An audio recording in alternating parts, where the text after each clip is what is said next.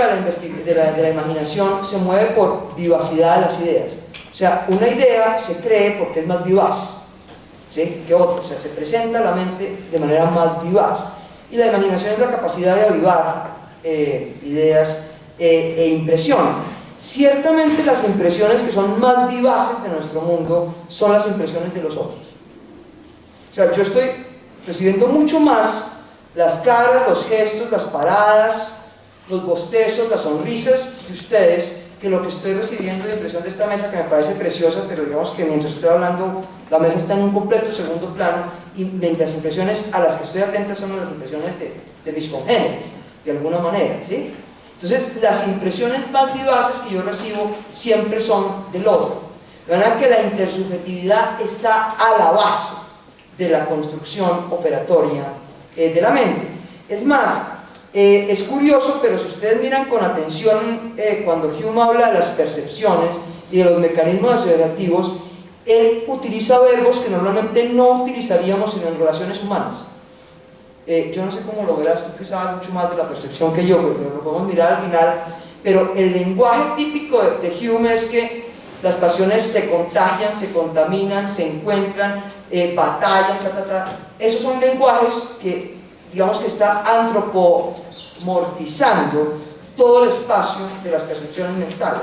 Entonces digamos que ya la entrada interaccional está desde el comienzo. O sea, el mundo de nosotros es el mundo que es el sedimento de la experiencia. Se construye en la experiencia, pero a la vez es el portador de toda experiencia. Y por supuesto es el portador de toda habitualidad. Él repite muchas veces el ejemplo de que si trajéramos a Adán en este momento, Adán no tendría ninguna idea ni de cómo funciona una mesa de billar. A Hume le encantaba el billar, tanto que el emblema que pusieron para esta vez de la conferencia de Hume en Edimburgo, que a los 300 años, en la camiseta lo que pusieron fue algo que es como la línea del cielo de Escocia, pero a la vez es las tres bolitas de billar. Es muy bonito porque pues, representa las dos cosas. Entonces, su ejemplo es el billar, que no hay nada en la bola A que explique el movimiento de la bola B en principio. Y Adán no lo entendería jamás. Necesita haber estado, digamos que, en un hábito, necesitaría la repetición del evento para poder empezar a aprender a jugar billar. Igualmente dice que Adán tampoco sabría cómo manejar sus pasiones si no tiene ese aporte que son las reglas generales, que son un poco los prejuicios de la socialización con los cuales nos movemos. Entonces, la inventividad de la naturaleza humana es central porque ya nos pone de presente que cuando hablamos de ciencia de la naturaleza humana no hablamos de una ciencia de esencias. La naturaleza humana es maleable, es constructiva, es autoconfiguradora y por supuesto es refinable.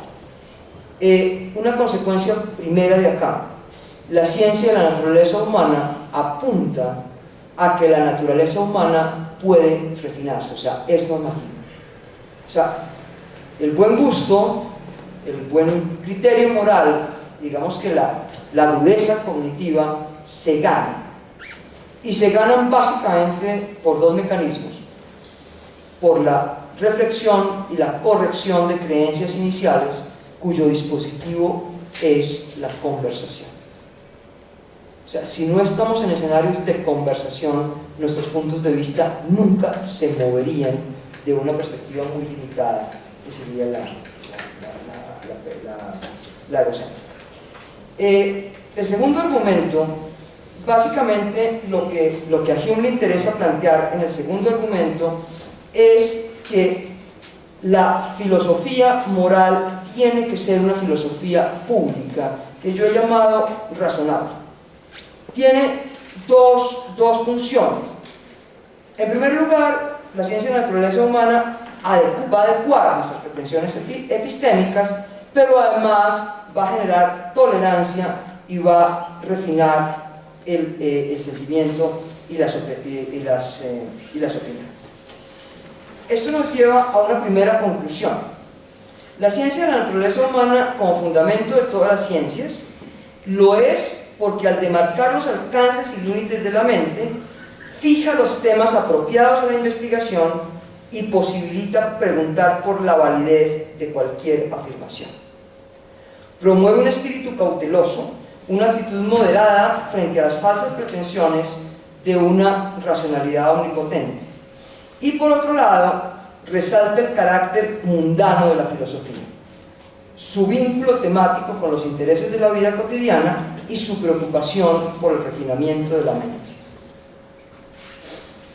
Ahora bien, veamos un poco el método. El método, hemos dicho, es la experiencia y es la observación. La premisa que hay ahí es que, como les decía, no podemos premeditar el experimento.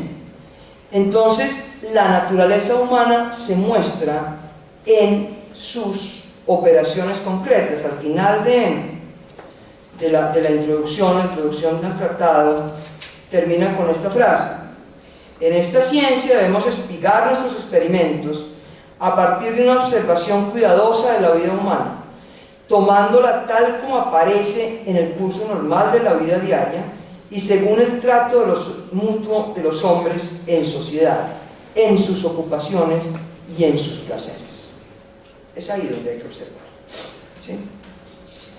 Bueno, yo no sé qué dirán los psicólogos de eso y todas las cuestiones, todos los experimentos que hay que hacer para pensar la dinámica de la mente. No sé cómo se podría negociar ahí. En cierto sentido, entonces, la ciencia de la naturaleza humana busca principios no metafísicos, son formas constantes de operar. Hume nunca habla de necesarios, son generalizables, no son necesarios, siempre son contingentes. Claro, él asume que la fábrica de la mente y del cuerpo más o menos coinciden, pero lo interesante es que, por otro lado, dice: en realidad, ¿cómo explicamos esas coincidencias? Por obra de la simpatía. La simpatía es un principio de comunicación de afecciones, ¿sí? Que va a dar cuenta del punto de vista moral y va a dar cuenta de toda la ética. Pero básicamente es que las pasiones y las opiniones se contaminan, se contagian, se transfunden de una mente a otra. Dice que es un principio muy extraño, pero resulta que yo pienso más por transfusión de opiniones y sentimientos que por lo que surge de mi propia interioridad. Bueno, pero no me voy a meter en la simpatía por ahora. Simplemente basta decir que en principio esa naturaleza humana siempre, al investigarla, va a ser móvil, ¿no? No tiene una esencia. Y si la tiene, él va a decir, no es que no la tenga, mentiras, él no dice que no la tenga, no lo puede saber. Lo que dice es que la ciencia de la mente nos es tan desconocida como la del cuerpo.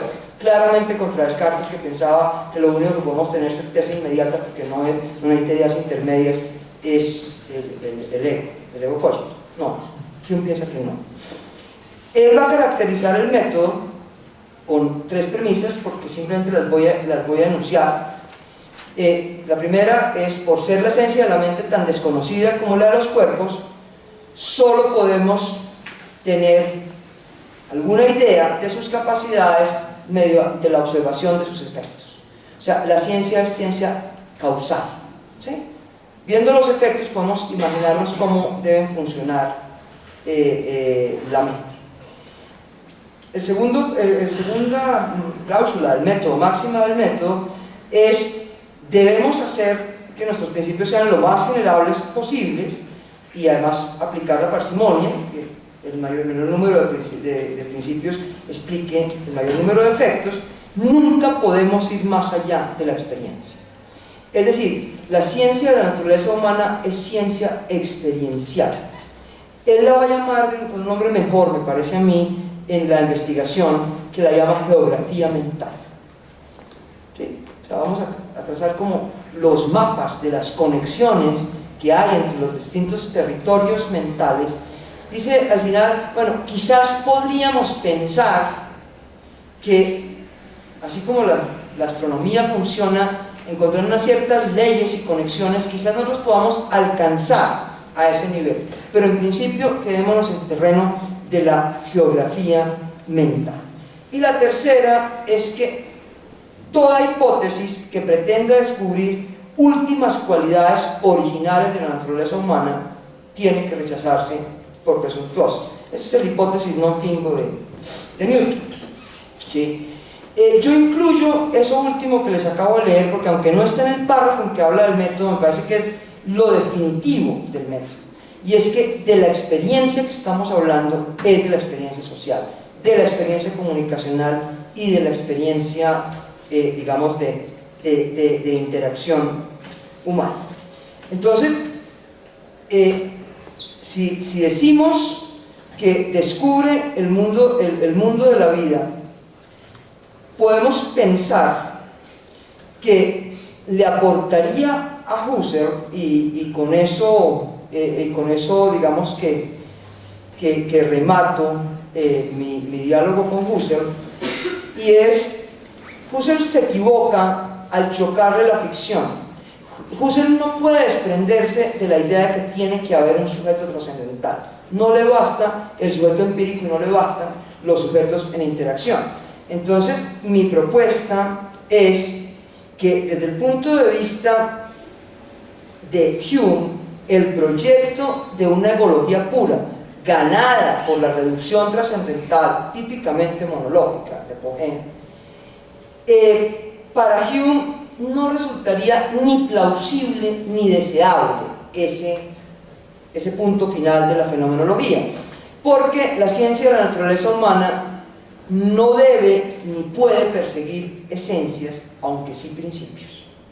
Es decir, sí puede perseguir estructuras generales, pero las tiene que perseguir en las habitualidades que las van forjando, no están a priori. De tal manera que no se requiere para la fenomenología, esto me lo aceptó Guillermo Hoyos, o sea que de pronto tiene alguna pista de que pueda ser sensato, ¿no?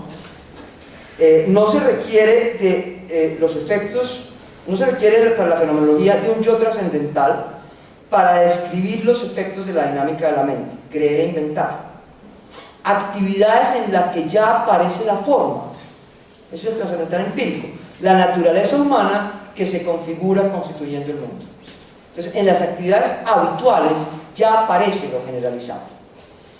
En ese sentido yo digo, Hume abre la senda de una fenomenología detrascendentalizada. ¿Qué quiere decir esto?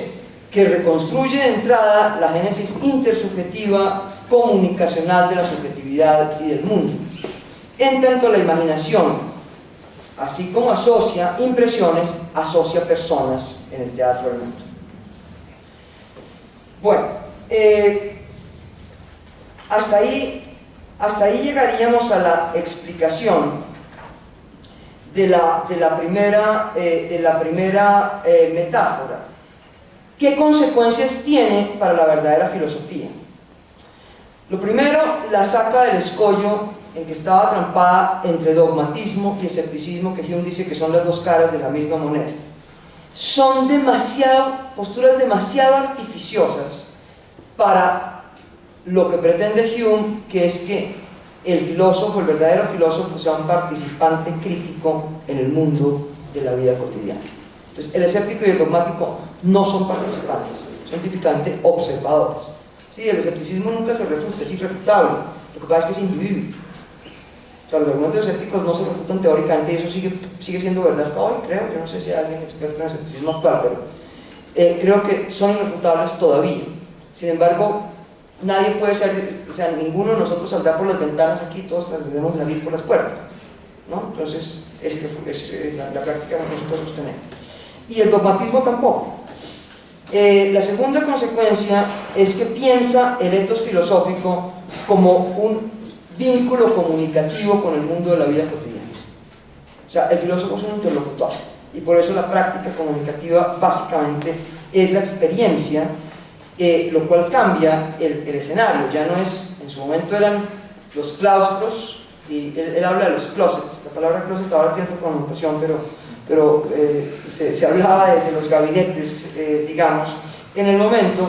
El escenario de la filosofía es el teatro del mundo.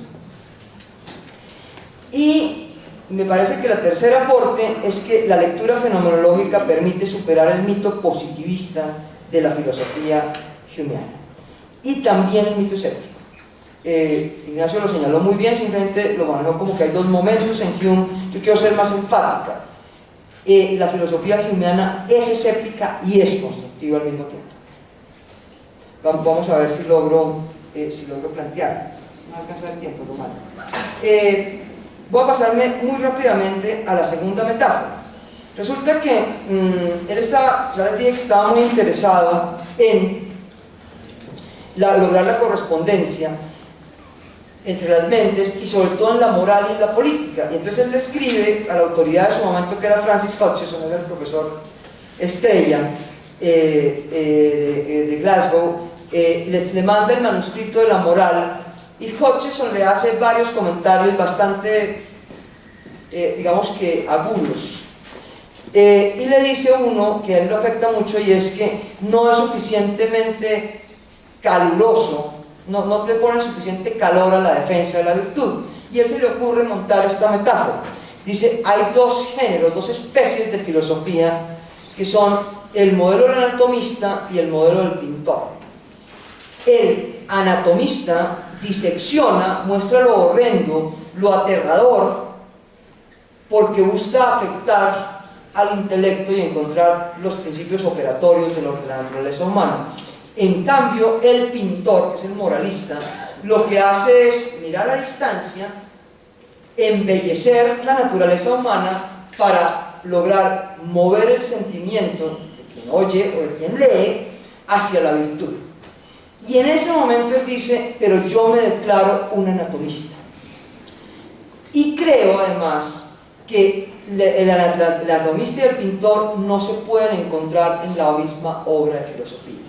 O sea, habrá obras que uno escriba como anatomista y habrá obras que uno escriba como pintor. Mi tratado es una anatomía de la moral, de la naturaleza humana. Sin embargo, esta no es la postura definitiva de Hume con relación a la metáfora.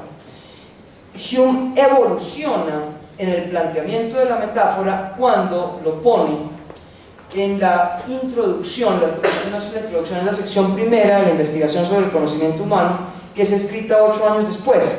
Entonces él reitera aquí, y es donde mejor trabaja esa diferencia, pero termina diciendo esto: felices de nosotros si podemos unir los límites de las distintas clases de filosofía, la anatomía y la pintura, al reconciliar la investigación profunda con la claridad, la verdad con la novedad, y aún más felices si, razonando de esta manera sencilla, podemos socavar los cimientos de una filosofía abstrusa que hasta ahora parece haber servido nada más que de cobijo para la superstición y de tapadera para el absurdo y el error.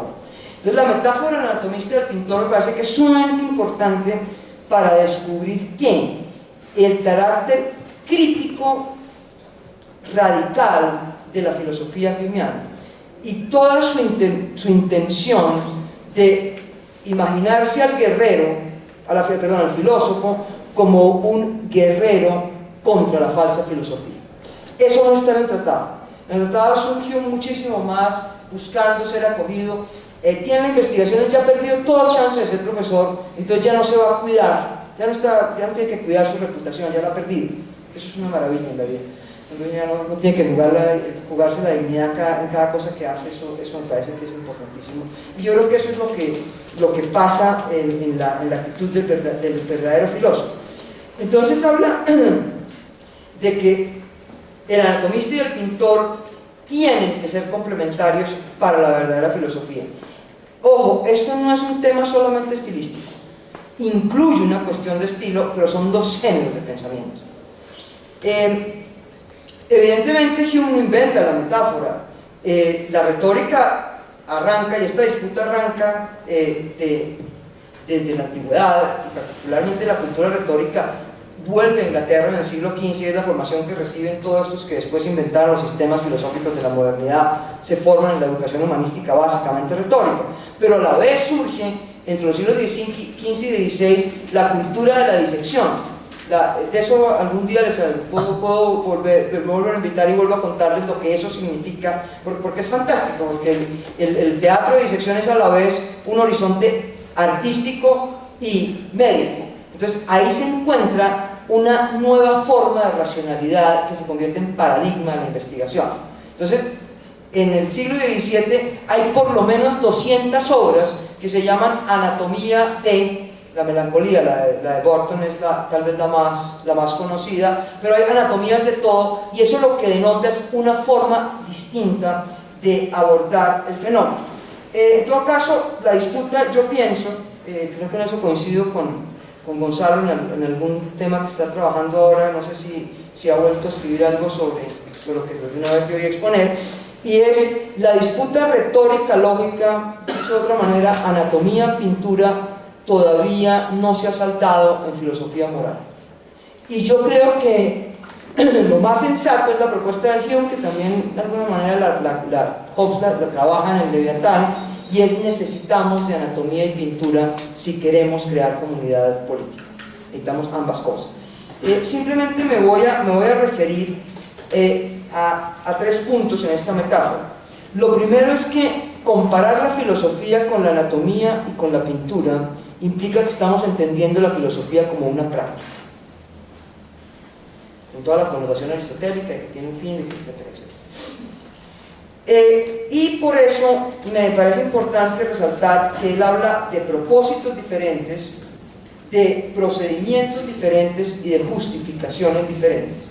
Muy brevemente, el propósito del anatomista es encontrar principios generales del operar de la mente.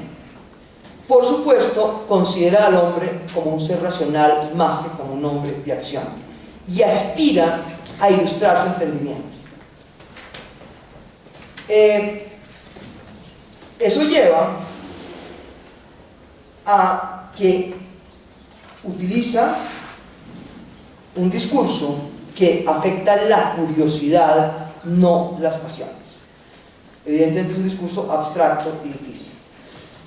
El propósito del pintor es completamente distinto, es mostrar los atractivos de la virtud, del modo más sencillo, para que la gente sea exhortada a obrar virtuosamente. Ahora, claro, el enganche es que les tiene que mostrar que hay una conexión entre la virtud y la felicidad, si no nadie buscaría ser virtuoso. Entonces hay que descubrir en el hombre que es un ser particularmente vulnerable a las afecciones. O sea, las afecciones se contaminan a una velocidad mucho mayor que las ideas, ¿sí? Entonces está mucho más afectado por el gusto y el sentimiento que por el intelecto. De manera que esta filosofía busca ser mucho más medicina del alma que ciencia de la naturaleza humana. Miremos los procedimientos. Mientras el anatomista busca un análisis minucioso, detallado, una mirada con lupa, ¿sí?, a todas las intríngulis de la naturaleza humana, y por eso es bastante desagradable, ¿sí? Una disección es bastante desagradable.